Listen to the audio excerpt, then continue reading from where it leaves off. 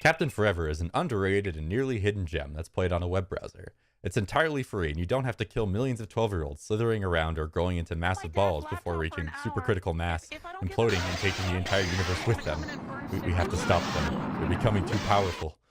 Captain Forever is a simple game. You're lost in space in some sort of radar view, and your goal is to kill other ships which are procedurally generated.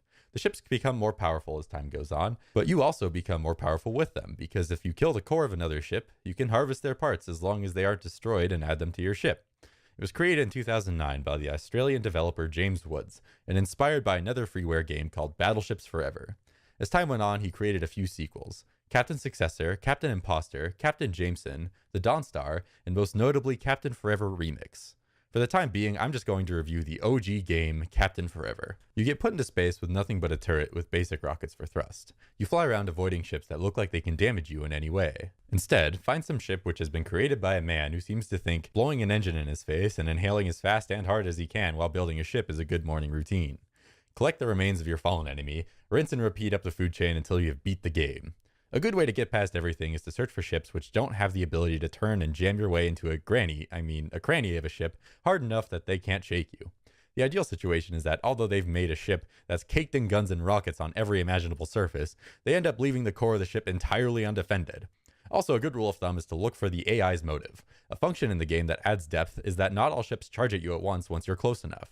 Sometimes they get in fights with other ships, sometimes they charge at you full speed without any intention of taking their feet off of the brake, and sometimes they are simply moving in a direction towards something off screen.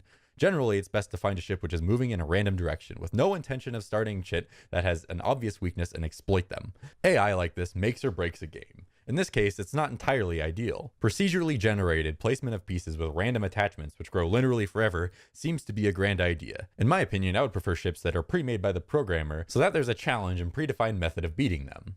A good portion of the ships are things a 2-year-old can make by taking the Lego set of the Millennium Falcon and smashing random engines, guns, and pieces together. You can call it the Millennium Falcon to make him happy, but a better option could be just building the damn thing, letting him take over the extra pieces they send in case the original pieces get lost, and saying that the 2-year-old helped you, even though doing that was watching him internally debate which Lego pieces would be best to asphyxiate on. Maybe letting a 2-year-old build a ship is a bad idea, but the point still stands. Allowing for ships to be built by bots of all sorts of different levels of competency gives the player a choice, which I respect. Not going for one guy and instead shooting for someone else which could be weaker is something I admire quite a bit. Forcing a boss battle does, in my opinion, force you to be more skilled over time. While playing Cuphead, the idea isn't to just go for people which seem easy. That would ruin the difficulty of the game. If every time you died you had to restart at the beginning, maybe not fighting that particular boss and instead fighting the boss which built a ship with glue that he was simultaneously eating, huffing, and building with could be a better idea. I would prefer that the AI system was more advanced in the methods of how and when they were built in each level. Allowing AI to have algorithms and patterns to determine ship layout would make for a more consistent progression of difficulty and legitimacy of what level the enemies are at.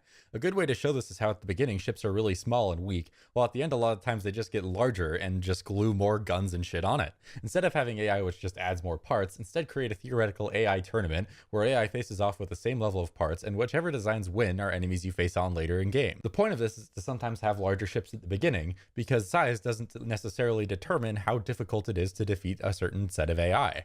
The game definitely has some faults, but it still reigns supreme as one of my favorite games. What blows my mind away is the feeling you get from a game this simple. It's not this ADHD fulfilling explosions and cartoons, fun, haha, wee 2D adventure game, which its descendant, Captain Forever Remix, is. It's this simple game where you're alone in an unknown world with mildly compelling characters and a need to endlessly push forward to eventually become top dog. Even if you aren't, you can use your skill to get back up if you're shoved all the way back to the beginning. There's always room to restart. The gameplay itself and AI can be beaten by many other games, but what makes this game incredible in my opinion is the sounds you get from it. It's something that it and you both equally create. Every single gun you get adds an element to a song which you have control over. Sometimes the guns shoot quarter notes, eighth notes, and half notes, but it all adds up to the soundtrack. The guns have similar functions with some variation in length and in the size of the lasers, but they all add up to a combination of parts which slowly reveals the soundtrack as you progress. The effort to push forward is greeted not only with the satisfaction of being the big dog of the area, but this literal orchestra of challenges you've overcome. This slightly mends the perpetual dive into darkness which you seem to be on. The progression is so incredibly both visual and listenable that without the need of anything big, whether that is a budget, a team, game, or any combination of what I just said, the game has driven itself into a classic in my mind, and a necessary reminder to the point of exactly what gaming is. Here's what I mean by that. Games aren't developed by geniuses at the age of 7. those kids are just playing them, but eventually they get bigger. They start playing some game maker game, which lets them make some crappy game with words they think work well together. Eventually they learn how to code, draw, or write. And if they get enough support, eventually a stroke of genius could happen, exactly like this game, and it pushes them into the limelight. This, although great for them, sometimes ruins the quality of their products. Games which have emerged into the limelight tend to follow what most people want, which today seems to be eating laundry detergent and ass. The feeling that you get from Captain Forever seems to be something extremely hard to recreate, even by the original creator. You're just alone, trudging through the vast, unknown emptiness of space with the help only of the info buoy. The story isn't entirely shown. You don't know why you're there. There's no recognizable person inside of the cold spacesuit exterior. The only recognizable humanistic feature is the heartbeat. That's an indicator of your health. But for whatever reason, you're there, and fighting upward is the only idea that seems to be remotely feasible other than the grand option of dying. And I loved it all. The feeling this game provides is almost hopeless, but in a way which makes me want to progress. It kept me captivated more than most other stories. I highly recommend trying these games out. In fact, after doing research, a review in the far future may be this game's predecessors in future versions. Freeware games on websites aren't generally AAA, but there are so many legends which stick out in this section of gaming. This one is definitely one I would highly recommend. And that's why it's number 3 on my list. As time goes on, I have been thinking about why it's so high. For a while, I thought 3 was too high because after reviewing Kerbal Space Program and Binding of Isaac, I thought that those games had higher quality in many different aspects, which they undoubtedly do.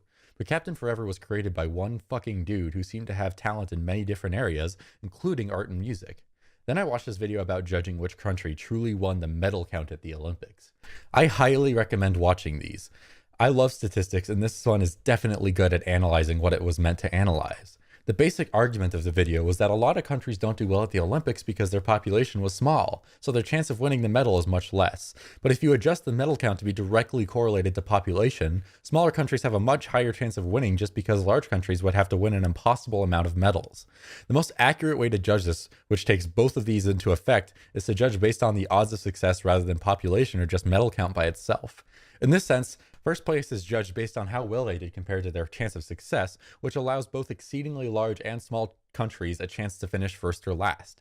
Eventually, it would be really cool to see these methods of judgment incorporated into my reviews. But for the time being, it's my personal feeling about the matter, plus one element I just brought up of making sure that both small and large places should have an equal chance of winning. Reason being, large games have a really high production value, a good team that has proven itself to be worthy, but many of these big teams led by corporations produce pure dog shit. Money sometimes influences games to veer from their artistic direction, which could have made them great from the beginning. As time goes on, people make decisions, original ideas are booted, elements that are sometimes vital are forgotten. JonTron is kicked out because he did a political interview without his PR guy, the main character gets 2 tongues due to outright laziness, and they use Unity. I don't want to mention any game in particular, but I think you may have 1 or 2 in mind. I know very well that this game isn't the top of all games, but the amount of soul and effort put into it, the exceeding amount of fun that I had, along with the fact that it was made by one fucking person, makes it a game I highly recommend if you don't want to fully pay attention at work for a bit. That has been my review of Captain Forever. I hope you enjoyed it. If you don't, then please, fuck my shit up in the comment section or on Twitter at Nipples of Nord, whatever you prefer. But please, if you prefer to fuck my shit up instead of talking about it in the YouTube comments, please do so. I'm very open to this, and I invite you to fuck my shit up at a high rate. If you disagree, tell me why. If you agree, tell me why, or just don't. Whatever works. I hope you found some enjoyment out of it. Thank you guys so much for watching. I hope you found some enjoyment out of it. This has been Nord, and I'll catch you guys later.